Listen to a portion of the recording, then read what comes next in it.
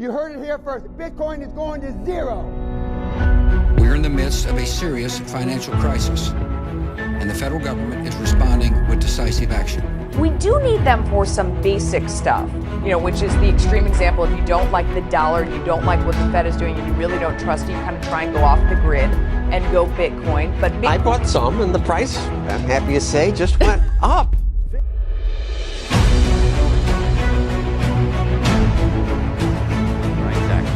What does Bitcoin have anything to do with human rights? Bitcoin changes absolutely everything. I don't think there's anything more important in my lifetime. For the first time in human history, we can grant property rights to 8 billion people. They can come after any individual, I'll die on this hill, but they can't stop this idea. The story of its development is so unbelievable that it sounds like a fairy tale.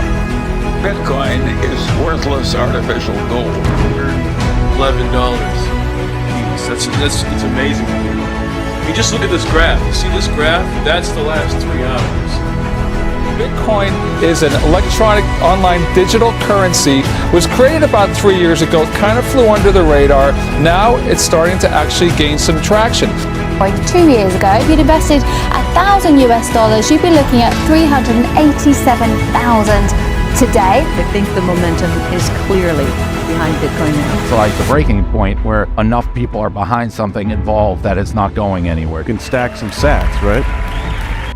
You heard it here first. Bitcoin is going to zero. Zero. When it comes out, zero. You can't have wealth without freedom. If you need permission to spend or save, then it's not your wealth in the first place. Bitcoin is free money. You are able to exchange and interact permissionless. I want you to understand what it means to lose your freedom. Bitcoin is strong. Bitcoin is powerful. Satoshi gave us money that isn't debt.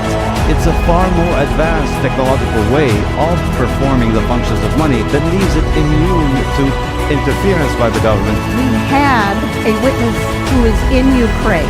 He said, Americans send us Bitcoin today, and we're spending it on medicine, on water, on food the next day. What is this? I mean, it's probably not very good as toilet paper. It's not good as wallpaper. Every time a dollar is printed, that is a violation of private property rights. I own Bitcoin for the kids.